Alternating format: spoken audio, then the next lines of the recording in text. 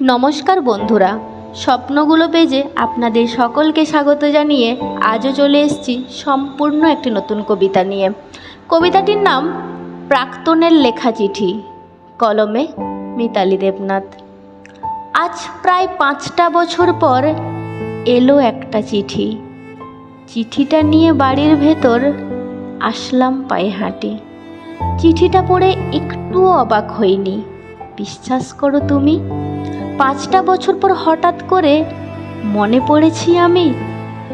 চিঠির মধ্যে লেখা তোমার হাজারো কষ্টের কথা, পাথর হওয়া মানুষের শরীরে প্রাণ ফেরানো বৃথা। এখন দুঃখ বেদনার সাথে যুদ্ধ করছো তুমি।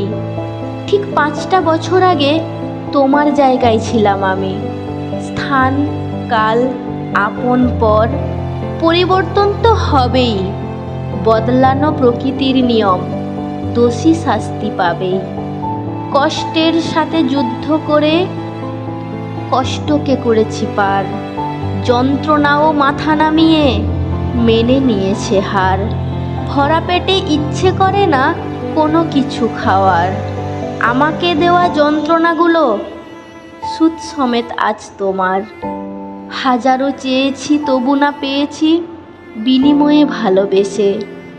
আপন মানুষ প্রাক্তন হলাম আজ আমি দিন শেষে। এসেছো গেছো আবেগ নিয়ে খেলেছো, চেষ্টা করনি বোঝার। সুন্দর পেয়েছো হাত ধরে গিয়েছো, দরকার নেই ফিরে আসার। যাও গো যাও, ভালো থেকো নতুন মানুষ নিয়ে। আরও রঙিন হোক তোমার শহর সুখের রাস্তা দিয়ে। তুমি বিনা আজও বেঁচে আছি আমি একা।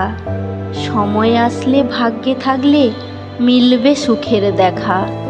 প্রাক্তন আছি প্রাক্তন হয়ে কাটাবো বাকিটা জীবন।